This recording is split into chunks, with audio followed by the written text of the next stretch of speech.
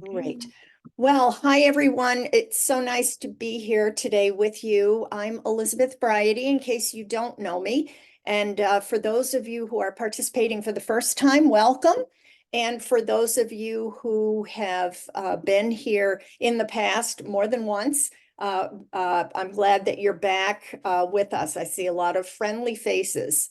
So we have what I think is a great program today of a variety of different topics. I think what we will do is first start with a topic that we started discussing, gosh, I think it was last November, and then we picked it up in January, and now we're going to talk about one of the ways in which we've tried to deal with anthropology's negative publicity in the media. And that was by trying to reach out directly to a group of academic departments who belong to the American Anthropological Association and try to work with them directly on career-related matters. So we'll start with that. Some of you may know that we held two events for this group of what's called the DSP, the Departmental Services Program. And the whole point was to focus on the future, meaning the students and what they would do after graduation. We know that students have concerns about their future, and we know that the faculty know that. So the first of the two events was held on Valentine's Day, and its purpose was to try to understand what precisely were those student career concerns. So it essentially turned into a brainstorming session, which was really a fascinating opportunity for us to hear exactly what people said. And then on a month later, we had many of the same group back with us and some new people.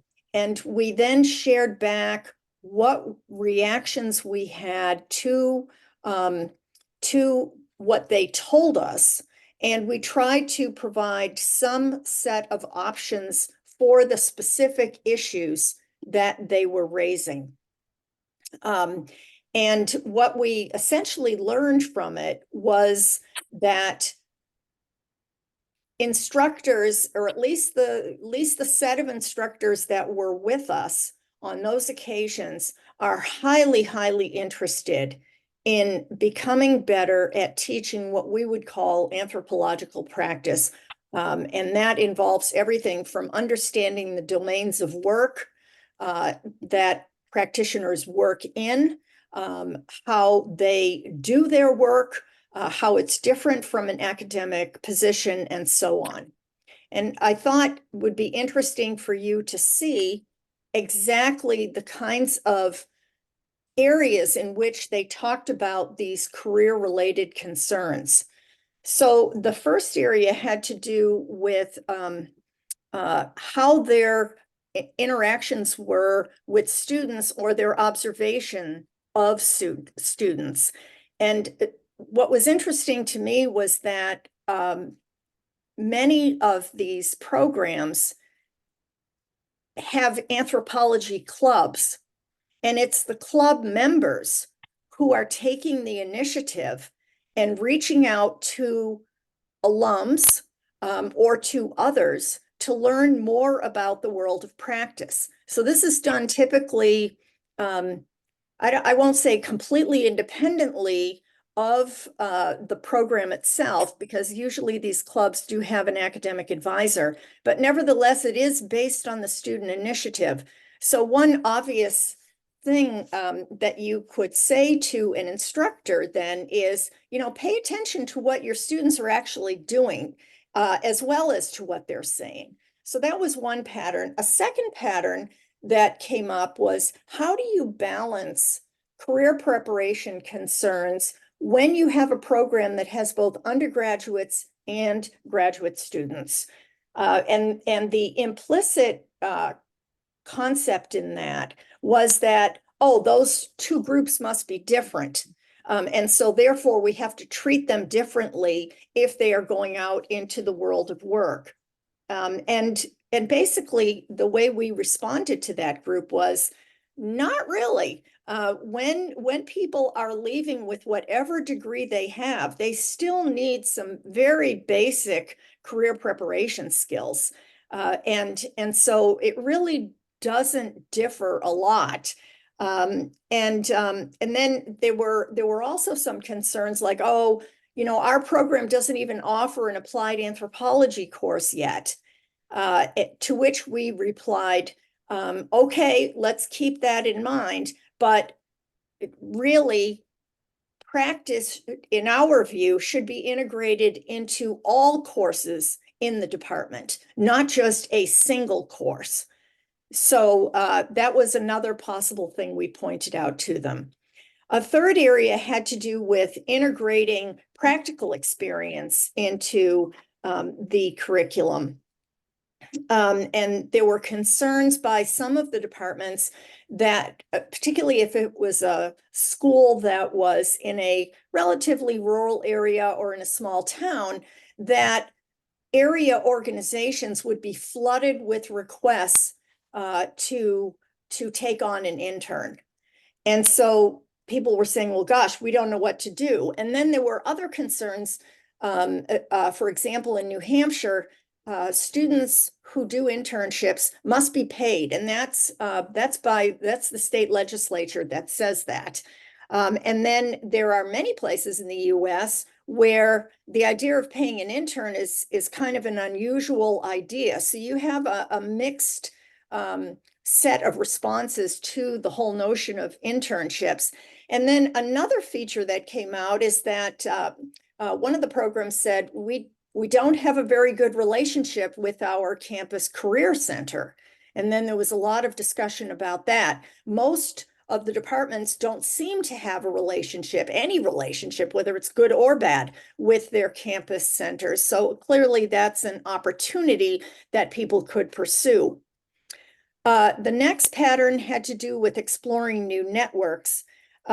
One obvious issue that comes up or has come up with the network multiple times is that we don't have a pipeline either from the community college into four-year institutions, nor do we have pipelines from four-year institutions into specific businesses, specific government agencies, whether state, local, municipal, or into specific nonprofits. And so the idea of trying to think about not only getting new students into your program who could be transfers from a community college and building that kind of relationship with the community colleges that are nearby, or the idea of developing new networks that connect your students with nonprofits or with agencies or with businesses. That there didn't seem to be a whole lot of thought given to that. Now, of course, we had a sampling bias, right? These are the people that really are not doing much right now with their programs in terms of career preparation. And so that's why they were coming to this in the first place. And then the last issue was fostering collaboration within the department. A number of programs talked about the tension that exists internally within anthropology programs, that there are some faculty members who are totally against practice, while others are very much in favor of it. And it came up in particular with respect to how do you change the curriculum? How can you get the faculty to even think about inserting practice into existing courses? And so the way we handled that was we talked with them about reaching out to their alums as a department and bringing alums back in for, career day or some other kind of program or event that they would plan. Another option would be to get all of the instructors in the department behind a particular project, and I'll have more to say about that in the last slide. And then, of course, Acorn offers a departmental advisory initiative where we go to academic departments and spend a couple of days working with their faculty to help them think through how do they think change could happen at their university, and what ideas do they have? How have those, are we aware if any of those ideas have happened elsewhere? And I'll just explain two key lessons that I came up with based on these 5 patterns. The first was, like the real estate agents say, location, location, location. Well, my feeling was relationships, relationships, relationships, and that those relationships really need to be cultivated both on campus and off campus. And when you think about off campus, we're talking about alums, we're talking about the professional associations, local businesses, et cetera, et cetera. And then what other pattern emerged? I think there are models out there for what people are doing, and I'll call your attention to this here. I'm going to put it on slideshow so that you could hopefully see it a bit better.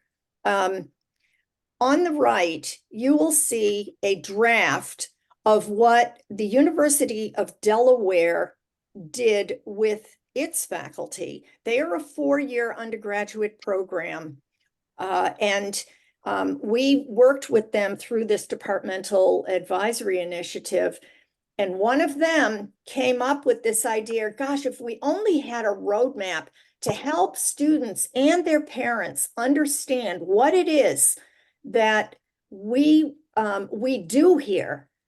And so with that, they started working on what this roadmap consists of.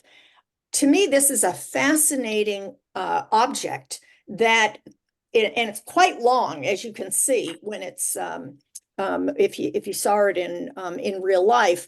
But they have already used this thing. They used it at what they call their blue and gold booth, which is kind of a campus day for prospective students. And their booth was jam-packed with parents and with prospective students looking at this thing. So the roadmap, I think you should be able to read it, but if not, I'm happy to send you a PDF or get permission to send you a PDF of this. But basically, it tells you what you are going to learn in the program, the skills you're going to learn, the experiences you're going to have, the people you're going to meet, the issues you're going to work on, et cetera, et cetera. And that already exists out there. Other examples, there were 1-credit courses at University of Vermont that seem to be used for professionalization and career development, that kind of thing. And then, so we have models out there for what others are doing. The question is, how do we share those? And I'm going to now put this down again. So let me stop the share for a moment and just say, any thoughts that people want to share about this? Otherwise, I'll just keep rolling.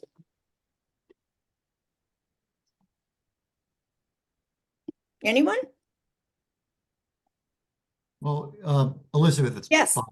I think the roadmap is fabulous.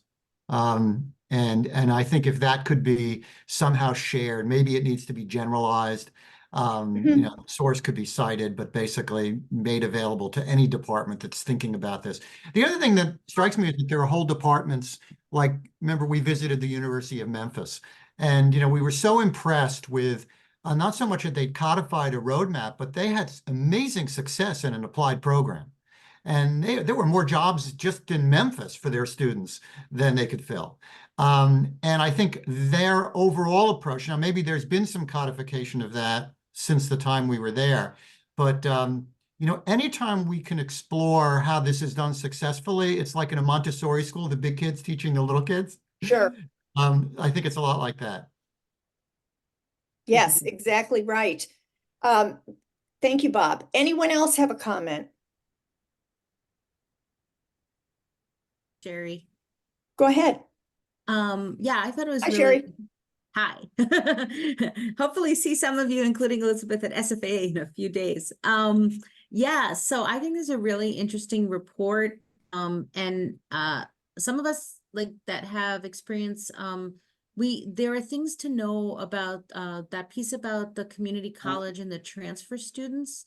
You may want to make a subcommittee or something. There's a lot to know there because there are transfer students that come and they're excited about anthropology. They're often very good, very motivated students because again, they're choosing something, some of them either have a background in another field or they have different kinds of vocational backgrounds in education. So they have a lot of knowledge and life experience typically. They're often really, really time constrained because they're getting to the four-year university later and they have to fit in the whole major and they're starting like they're running, and a lot of them are working. So there's a lot of temporal and logistical considerations. So they may have a deeper background in working and in practice actually. But the thing for them is now they're oftentimes finding and doing something they really want to do, but getting attached to this kind of practice. So there were some really specific issues for them that I think we could actually do a lot. But there are things to know about their case in particular. But I think, yeah, it's a really good idea. Thank you. Sure.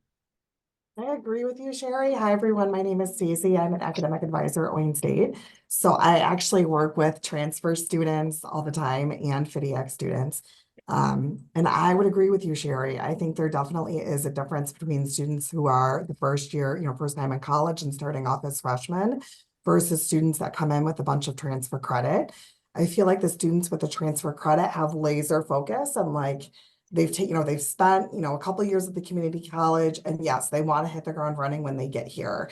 They want to be done in 2 years. They want to take 18 credits a semester. They want to work a full-time job. Like they've got all these things that they're trying to balance. So I think the materials that maybe we create for them might have a little bit of a different focus. Maybe like a fast track or, some kind of, if they've got work experience, how can we build off that work experience? But yes, Sherry, I think you hit the nail on the head exactly with transfer students. It's a little bit different of a student because, they've got that mentality of like time is money and, I've got to, I've got to get this done so I can graduate and move on. So. Yeah, I appreciate all your comments on that. And I know that some universities are better equipped to handle transfer students, particularly if there's a relationship between the university and the community college in terms of what classes at the community college can count and stand in for the ones at the four-year institution. But at any rate, I think it is something worth thinking about. I hear a lot of comments now about fewer people are entering as majors. I don't know how accurate that is, but that's what I'm hearing. And this is a potential source of new people coming into anthropology. It looks to me like my partner, Ryle, is not here today. So let me try to go through the sections that he was going to give. And so I'll start with this one on strategic planning. This is an effort that ACORN went through over the last month or month and a half. And it has yielded some very interesting results. So first, I'll just briefly tell you what we did. We relooked at the mission and our mandate, basically our identity, and decided, no, we don't have any changes there. We're still focused on how do we prepare students for the workplace. And then we did a SWOT analysis And based on that analysis, we then compared different of the SWOT categories against these other ones, comparative advantage, investment, divestment, and so on, to see if we could get further clarity around the ideas that we had listed.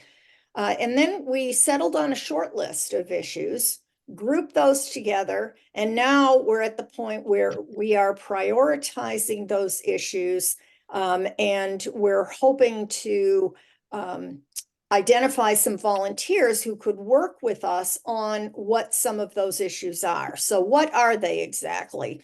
On the right-hand column, you can get a sense of some of them. I didn't write them all down. I wrote down some. So for example, we're now feeling that Acorn really needs an organizational structure. We need people to step up and be in charge of, I don't know, if you will, departments or areas or domains of the kind of work that Acorn does.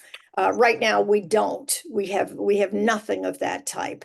Another issue is we need more persuasive marketing messages. Part of it, of course, is just raising awareness generally. But when you are trying to help instructors and students, there are some messages that resonate better. Third issue is we're feeling, based on everything that we've heard over the last few years, that professors are often reluctant to teach what we would call practice if they haven't had any practice experience in their own lives, or if it has occurred so long ago that they just feel detached from the workplace. And so the idea of creating a practice academy, and that could take any number of forms. I'll show you what we're thinking of in a few minutes, but that came up as an issue. And then there was an idea of professionalization kit. Are there professionalization skills that all anthropology students should be proficient in? We think there are. We think there are some that are absolutely essential, and there are others that are nice to have. But that's a potential topic worth developing. And then finally, a practitioner directory. This is simply a sample of the ideas that came up. It does not represent all the ideas that came up. So let me talk now very briefly in Ryle's place about the Practice Academy. Having had this experience with this DSP set of departments, they seem to be screaming for very short, like 1 hour workshop styled, practice oriented modules that they could essentially insert into their existing courses. And that seems very doable. I mean, most of us whip up workshops all the time. And so thinking about what the module should be on, we already have an idea of what those would be, and that's coming momentarily. But the idea being that you prepare the module, you identify what tools will the instructor need, what are the key concepts, what methods, particularly methods related to problem solving, are useful, what readings or podcasts or whatever should people be learning, and then what exercise. I mean, the module really needs to have an exercise in it to cement some of the learning. So we've come up with a set so far of 13 modules. So these would be on the order of 1 hour. Sure, we can expand them to 2 hours or 3 hours if necessary. But just to get us started, this is what we have in mind. And my question to you is, what else should be part of this practice academy? And so I'll just open it up for discussion. I'm sure you all have a million ideas, so I've got my pen and paper ready. And maybe if you can, figure out how to raise your hand, or just go ahead and talk, because it's hard for me to see who, whoops, sorry. It's hard for me to see who might have their hand up.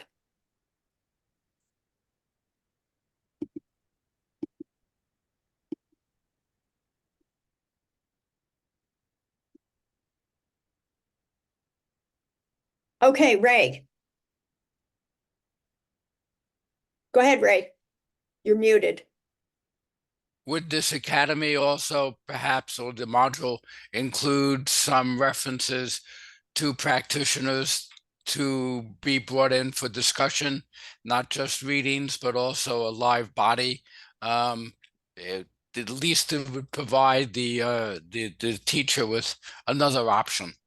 Sure, that's absolutely possible. I mean, currently we have the Speakers Bureau, which people can access very easily, essentially at no cost, unless the department decides they want to provide some kind of honorarium. So that could be done very easily.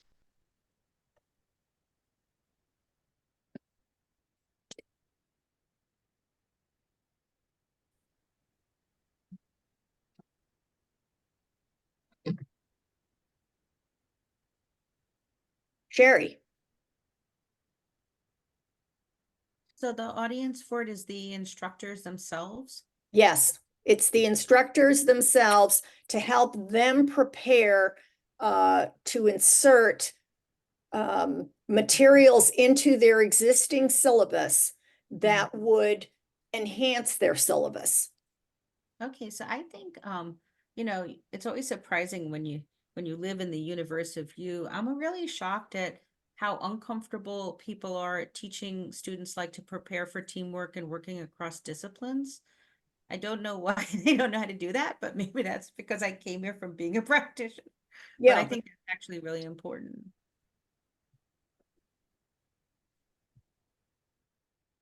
Okay. Priscilla. Yeah, hi. I see on the right-hand column, second from the bottom, seeking funding. Yes. And I wondered, would that mean, developing a board of some kind, or seeking nonprofit status, or what kind of funding were you thinking of, and what would it fund? I can't fully answer that right now, Priscilla. I think that it would pertain mostly to what is the process of going after any kind of funding, any kind of grant related stuff. I mean, a lot of practitioners make their living by writing grants. So that was my interpretation of it, but Ryle is not here to clarify. So I'm sorry, I can't provide any more detail than that. Chelsea?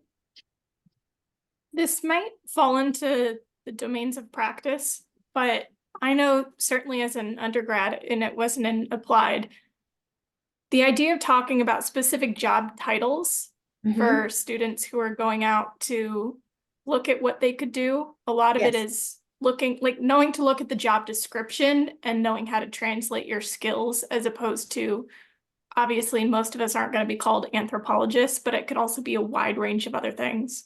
Exactly. Yeah, and that would be the kind of exercise that could be incorporated into one or more of these modules. Bob? I'm thinking of specific topics. These are all good. It's just that some of them are pretty general. So, for example, a module on anthropology and consumer understanding, anthropology and user experience, anthropology and design thinking, a number of different areas, even anthropology and forensics, or forensic anthropology, just a number of different modules, so that if someone feels like he, she, or they want to get an understanding as an instructor, and expertise in any one of these, they could pick and choose. Okay. Yeah, I mean, obviously, it's going to take some time to develop these and get them where, you know, we've tested them and feel reasonably good about them.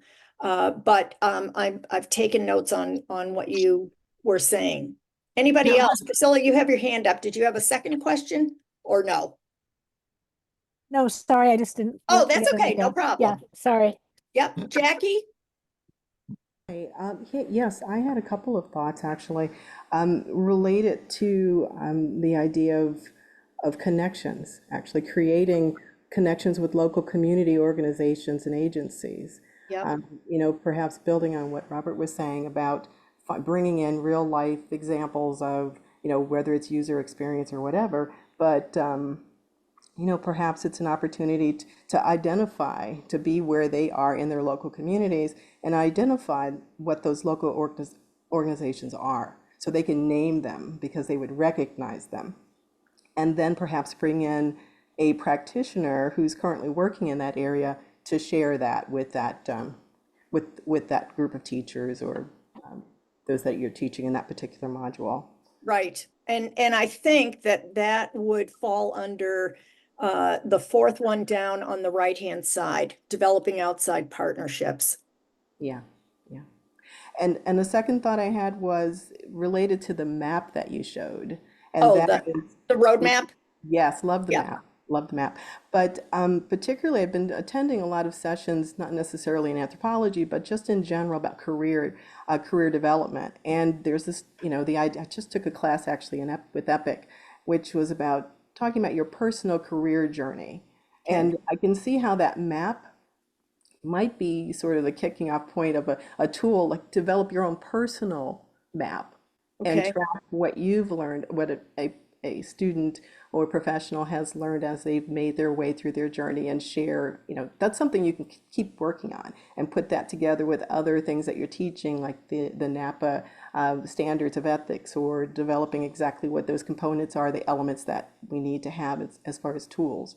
And so anyway, those are my suggestions. Thank Yeah, you. that's great. And actually, that second suggestion, we have Don Lehman and I are going to do a workshop for Lambda Alpha. These are undergraduates, and Lambda Alpha is the honor society for anthropology students. You have to have a chapter at your college or university. But at any rate, we're doing that for them on that very topic of career mapping, they call it. And it's at the end of April. So we'll see how that goes. And I imagine that we can very easily translate that into a new tool. Susan? Right. So this may be part of developing a practice-oriented curriculum, but perhaps we could use a separate module on practice activities. Like bringing activities into the classroom where students could practice interviewing, observation, those kinds of things. Yeah. And then, of course, at the graduate level, you know, how to set up an actual project, whether it be one with an actual client or just, you know, coming up with a project on your own with your own theory and methods or whatever. Sure. To have in the class, you know, the students get Yep. experience. Yep. Yeah, and I think a lot of the ideas that y'all have had could fit into several of these suggested modules so that people have options. You know, you may want, the instructor may want to spend more time on a particular module than somebody else does. So you spend more time, you know, or allocate more time to have the students work on something specific, you know, like you were saying, or you know, the elevator pitch or whatever it happens to be. Elizabeth, Yes. just one quick thought, given that I've spent so much time in market research and we're talking Yes. about marketplace here. It seems to me that before we generate too many modules, we find out where the interest is in certain modules. You know, if we have a list of 25 possible modules, it would seem to me that it'd be a really good idea to find out what maybe the top 10 are, or even the top half dozen are, because this, for some of these and some of the ones that have been suggested, the content is already there. People have taught these things. For others, they need to be developed from scratch. And developing from scratch is a lot of work, and it may not even be worth the effort. If only 2 departments out of 300 are interested in that, there could be an individual discussion. But if you're talking about 20 departments that would like to take advantage of these modules, now you're talking about something that would really be worth developing if it doesn't exist. So I'm just thinking that a kind of simple selection of what half dozen. The way I would do it is, right, what of this list of 25, what half dozen are of most interest to you, and then you do the math and you find out that there are 12 or so, whatever it is, that really are worth looking at. Something along those lines. Yeah, I hear what you're saying, and the first thing that comes to my mind is, okay, how do we get a sample? Well, It's the same old problem. Yeah, well, if people don't want to respond to the survey, they're probably not going to respond to the modules. Or at Yeah, least but there's where a do you even reasonable get chance. the people for the survey? I don't know that we can keep going back to AAA and say, send out another survey for us. Oh, I would probably combine this with something else. The AAA has to get to work on this, or else, good luck, AAA. Well, okay, I'll put it on my to-do list. I have a meeting coming up with Addie, the new executive director, in early April. So, I guess I could ask. Well, Elizabeth, what I'm thinking about is this is really ambitious. And to ask people to, work on these and to develop them ultimately, and, so you have 25 modulars or whatever the number ends up being, and then so we have all these, and then has it been largely a wasted effort where those people that you're tapping into could really have contributed in other areas? I mean, I just think in terms of where do we put our time and our talent? So it's just a consideration. And sure, tap the AAA first. Okay, Bob, I'll tell him you sent me. You can tell us. Ray. One other thought is that helping folks understand that the BA doesn't mean they can't come back for additional work after they've had some experience. And I think we need to help people understand that this is a lifetime piece, and growing that means you can come back and learn more in a master's program or a PhD program. So I think that's important, because I know many folks do leave and then don't actively think about how to return. And I think that's important because the graduate programs have a lot to offer. Sure. Okay, I want to thank you all for these comments, and now I'm going to switch. If you have any interest in helping with modules in general, put your name in the chat and just let me know, and I'll circle back with you at some point. And now we're going to move on to UNT, and we have 2 different projects that we're going to talk about. So the first one is the membership survey. And so Susan, Yes. Susan Squires is leading that evaluation course, and we are Acorn is the client. So Susan, do you want to say a few words and then introduce? Right. So we have 8 students, and this is the project that we're working on with Acorn to do a membership survey. We have 3 students here who are going to be presenting, and we also have a 4th student, Donnell Butler, who is giving moral support. So I'm going to turn it over to Sarah, who is going to talk a little bit about what we agreed to do for this membership survey. Hi, everyone. I'm Sarah, and on behalf of the class, we're very excited to be partnering with Acorn to learn more about its membership and the effectiveness of your resources for helping your members prepare for their careers. I find that this is it's been great on two aspects. It not only is helping our class develop and flex some methodological skills, but it's also a topic that actually connects with our careers in a very practical way. So this has been a really great project to have the opportunity to do. In our introduction to ACORN, we learned about the portfolio of resources, right? And how ACORN is designed to support, especially new anthropologists, with exploring and establishing their careers. These resources are available for review on the website, but one of the things I wanted to note, and I think we'll discuss this, I think our project will not specifically be devoted to evaluating the design of the website. Rather, we're going to focus on membership, which is students and faculty and anyone else. And we want to learn more about how members first found ACORN, what drew them in, and then gather their feedback on what they find particularly valuable about services, how they network and how they are leveraging services into building their careers, and then perhaps gather their suggestions on how to improve resources or get their feedback on the development of new resources. And I think the duality here of talking to both students and faculty is going to be particularly important if we can indeed reach that population. To talk more about the scope of work and what our status is, I'm going to toss it to Chelsea. Hello, everyone. So I'm going to talk about the status of what we've done. So initially we began talking to Elizabeth and Ryle to establish sort of the objectives of the survey, which Sarah just covered. We then put together a proposal that we sent out to get approved by Elizabeth. After the approval, we met with a variety of other stakeholders, some of which are here today, some of which aren't. We used that information to help us to refine the key elements to focus on with the survey, to hone it in.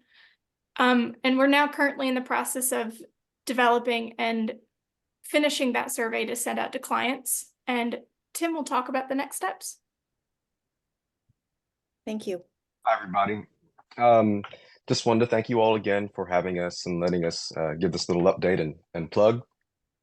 So next step, the survey itself. The survey will be distributed using Qualtrics. Of course, the survey will be anonymous. No identifying information, such as name or address, will be collected. We're going to provide a link to the survey to ACORN, who will then send it out to the entire membership in April. So that's next month. If all goes well, if this is useful, then perhaps we might even see this embedded on the site one day for future membership or updates or resource adjustments. But this survey has been designed specifically, or is being designed specifically for ACORN's current membership, which includes students, practitioners, and instructors. So we hope everyone can spare a few minutes to go through this. And again, we want to thank you all on behalf of UNT Anthropology and Dr. Squire's class of her future superstars. We appreciate this, and we're excited, and we look forward to sharing these findings with you all. Thanks. That's great. We'll have you back. Yes. Okay, next up is Melissa. Melissa, go right ahead. Hi, Elizabeth. Thank Hi. you. Hi, Susan. I miss you. For those of you that don't know me, I am a lecturer and faculty advisor in the Department of Anthropology at UNT. And Elizabeth asked us to speak a little bit about the Expo, which is our annual event that we hold. Next year, we'll make about 10 years running that we do this. And we hold it every spring on Anthro Day. So it's multi-layered event.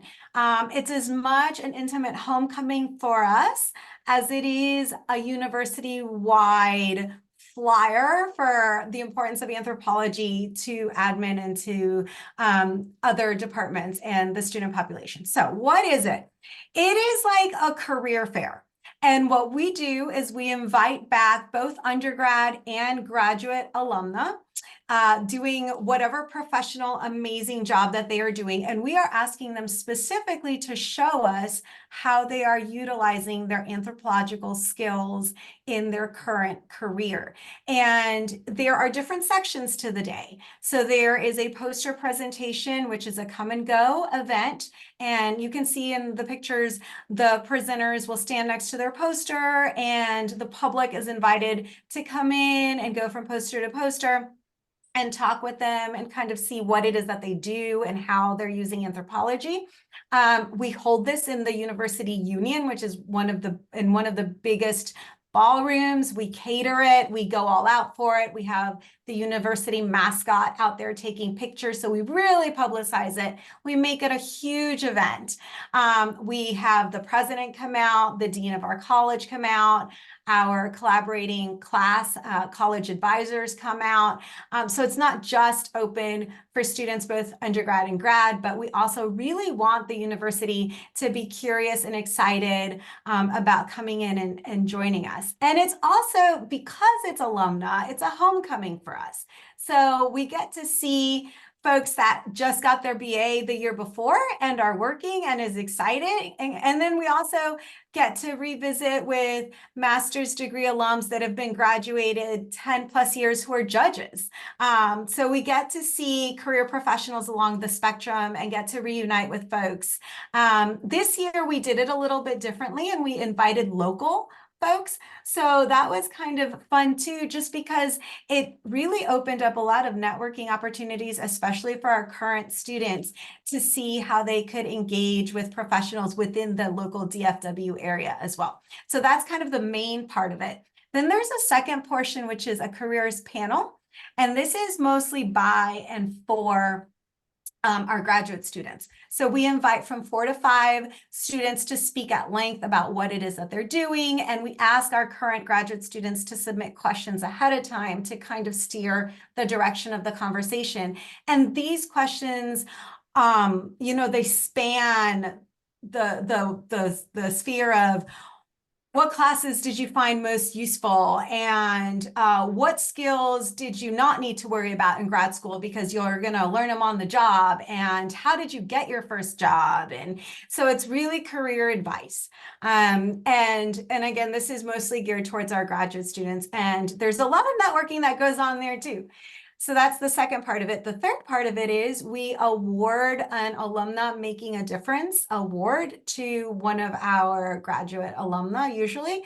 And that comes with a money reward. And this year we awarded it to Chris Ice, who he works for the Denton Independent School District, and he's the community outreach officer.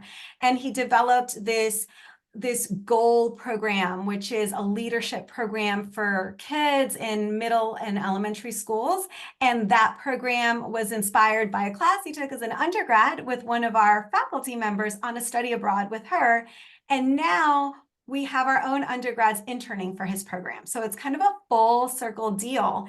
And it was really fantastic to see him recognized and to see all different aspects of our program sort of coming together. And for him, it was a really special moment as well. And he said, it provided a lot of validation for him in terms of his work and his office.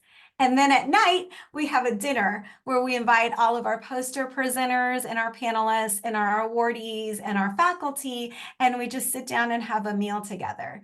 And I think that it's a big investment on our part, both financially and in terms of commitment. All of us faculty, we offer our students extra credit to go. We want it to be well publicized. We raffle prizes throughout the day. Like I said before, we invite admin, and it really has a number of goals. One is to give exposure to what we do on a university level, but also to answer questions for our students. The big question they have is, what can I do with anthropology? What does a career in anthropology look like? It's also, mentorship, because they see themselves there. And a lot of our poster presenters remember attending the expo as visitors, and now they get to be presenters. So it's a little bit of a rite of passage, and it's a celebration just of anthropology and our department. And we tend to do fun, goofy things. This year, my husband is also faculty in the department. And this year, I hired the UNT tuba people to come and play for him and embarrass him. And the dean of the college came particularly to catch that moment. So we have a lot of fun, and it's a chance for us to celebrate our profession and our students and help motivate and inspire our current students too, and just kind of bridge those connections and that networking and that knowledge. So that's our expo. Oh, and I wanted to show you this, the QR code that you have there links to a page on our website where we put all of the information. We upload the posters, we put up the recording of the panel. So if you want to learn a little bit more about it, or if you want a little bit of inspiration for things that you can do at your institution, you can just go to that page and look at everything in detail, and it'll show all of that for you. And I'm happy to answer questions if anybody has any. Maybe you could put your questions for Melissa in the chat, just because we're running a little tight on time, but please do it that way. Thank you so much. Of course. So now we're going to move to the area of tools, and first up is Jamie Shenton. She is from Center College in Kentucky, and she's going to talk about the tools in her program. Hi, everyone. Elizabeth, thanks so much for inviting me. Sure. I'm Jamie Shenton. I'm Associate Professor of Anthropology here at Center. I'll give a little bit of background, and I know we're tight on time, so I'll try to be quick. But if you go to Center's website, you'll see at the very top, your future front and center. If your college or university is anything like mine, career readiness is something that folks are really focusing on these days. The homepage, if you're a prospective student or a parent, you see career readiness clearly marked alongside experiential learning and community engagement, which are the three things that, again, come right up as soon as you click on our website. And then when they click on career readiness, they're taken to a page with more information on our Center for Career and Professional Development, what are called career exploration communities, which are, I believe we have 6 different communities that are CCPD hosts that deal with different domains of career engagement that have faculty champions who are a part of them. They were launched just this year, and also internships. So I share this because Center has doubled down on career readiness in the past couple of years, which means that I, as a faculty member, have had to learn how to talk about this stuff with my students. So there's a lot of pressure for me, especially because I've only ever applied for one kind of job, which is an academic position. So I feel very disconnected to a lot of what my students are doing. So when I came across Acorn, I felt like my life had been transformed. Sometimes I would have students come to me and say, how do I apply for a position as a registrar or an art museum intern or a journalist? And I really didn't know what to tell them. And they were my anthropology majors. I knew that anthropology was relevant to all of those things, but I didn't have a lot of practical experience guiding my students. And there's nothing worse than feeling useless if you're a professor. So I went to Acorn's website. I think I saw an advertisement for it at a communication from the American Anthropological Association, and I was hooked. I was scheduled to teach our program's senior seminar in anthropology in the spring. We do one in Soc in the fall, one in anthropology in the spring. We're a joint program with sociology, and it happens to be on public anthropology. So it's focused on how anthropologists engage with the public, how they write for the public, how they speak to the public. And so I included a number of units sort of stretched out over the course of the term on my syllabus, where we used Acorn's tools to help us think through what students would be doing when they would go out on the job market. We looked at if you got it, flaunt it. We looked at the elevator pitch. We looked at the how proficient are you page. And one of the things I had my students do was design the program's bulletin board, which you see on this slide. Each program, it's another word for discipline here at Center, each program is given a bulletin board. You can put whatever you want on it to help advertise your major. So we covered it in all things anthropology and sociology and made it relevant to today's students and all the issues that they care about. And you can see circled in green there some of the tools from Acorn's website. Students responded extremely well to the resources when I directed them to the website. And again, they felt like it kind of unlocked a little bit of mystery because we all know that they love anthropology. There's not a lot not to love about it. Students are fascinated by the themes, but sometimes they find it difficult to make those connections to their future. So just a few things that I did. I invited my career center to the classroom. They did workshops on resumes. I shared with them the materials from Acorn ahead of that workshop, and they talked about them as part of the workshop. We also have an anthropologist that works in the CCPD, so that helps. So he's very versed in what makes anthropology cool and useful. I also had students go to a local assisted living facility. I teach another course on qualitative field methods. We work with seniors at this assisted living facility. So I went back to this community partner and I had my seniors do what I called seniors to seniors. So I had my senior majors and some seniors talk about what anthropology is. And their goal was be able to explain it to someone who doesn't know what anthropology is and who is quite possibly 60 to 80 even years older than you. We have someone who is over 100 there, and she was part of those conversations. So all of this is to say is when I first started teaching at Center, I'd have students come to me and they'd ask me, what can I do as an anthropology major? And obviously, again, the answer to that is anything, but we'd go through a list of appropriate jobs in education and NGOs and public health and law, and then I would send them on their way. But now I've learned to ask them, well, what is it that you want to do? And someone earlier on the call shared that sometimes people search for anthropology in their job searches, and that's not going to get you a lot of what you want. You kind of have to know where your interests are and where your skills are and search for jobs that have those things. And so now I say that a degree in anthropology can get you wherever you want to go. And that's exactly what we're seeing on some of Acorn's more recent materials. I think an upcoming piece advises students when they're asked by an older person in their life, what can you do with an anthropology degree? Say, well, what can't I do? And now they have, or they will have that useful tool to back them up. A couple of other things, I advise my students. Jamie, if you don't mind, can we just hold, just because we have a few more things we got to get through? And we Sure, only yeah, have no 1 problem. minute. Okay. Okay, thank you so much. I appreciate it. Quick thing. We finally have a tool to keep track of alums. And it's right here, and it's so easy. You create a LinkedIn group and you put your graduating seniors or your graduating masters or PhD people into the group with their emails, ask them to join, and you then keep track of that year after year after year. Current students and instructors and staff can also join this group. It is very easy. It's a 2-page tool that Andrew Walsh, who's on the call, designed. It works like a charm at Western University, where he is in London, Ontario. I think it can work for you if you don't have a way to keep track of your alums. And we now have a tool for the parents. This is fabulous.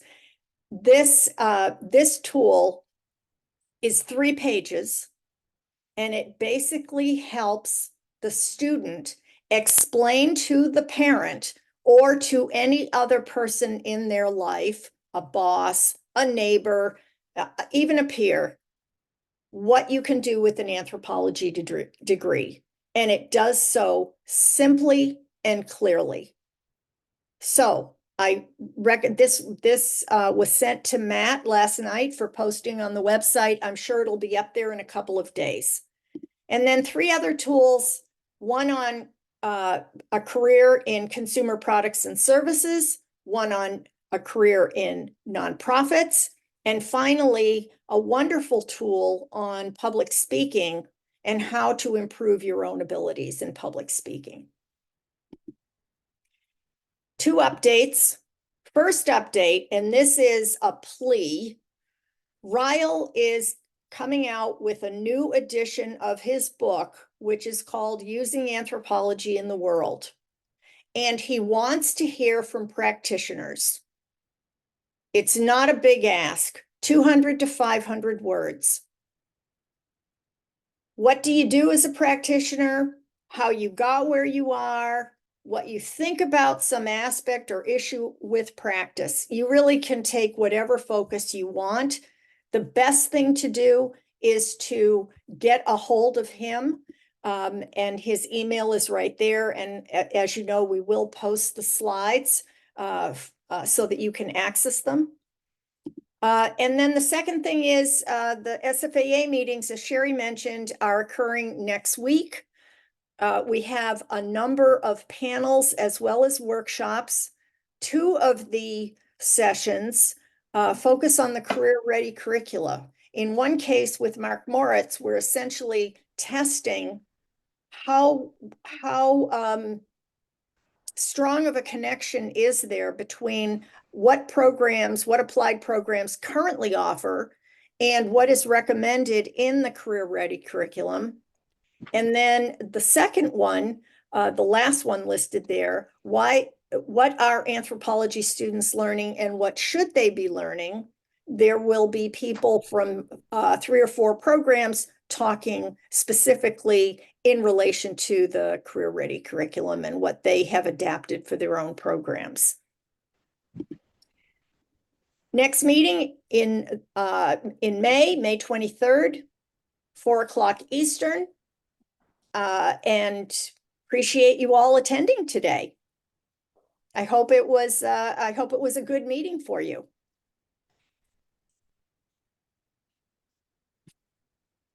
Thank you so much, Elizabeth. You're Thanks, welcome, and Elizabeth. thanks It to was all our terrific. presenters. Thanks. Thank you. Elizabeth, I'm sorry I misjudged the time. Oh, I'm sorry, Barbara. I thought it was an hour difference from Detroit to New York. No, we're still in Eastern time. Yep. No Well- problem. You can easily listen to the recording at a Okay. later time. And the slides will be posted on the website. Wonderful, thank you. Yeah, you're welcome.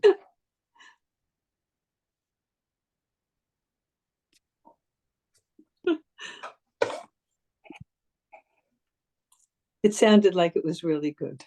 It was an interesting meeting. It really, I think it was an interesting meeting. I think the topics are right on, you know? So Yeah, this group exactly. is a good group.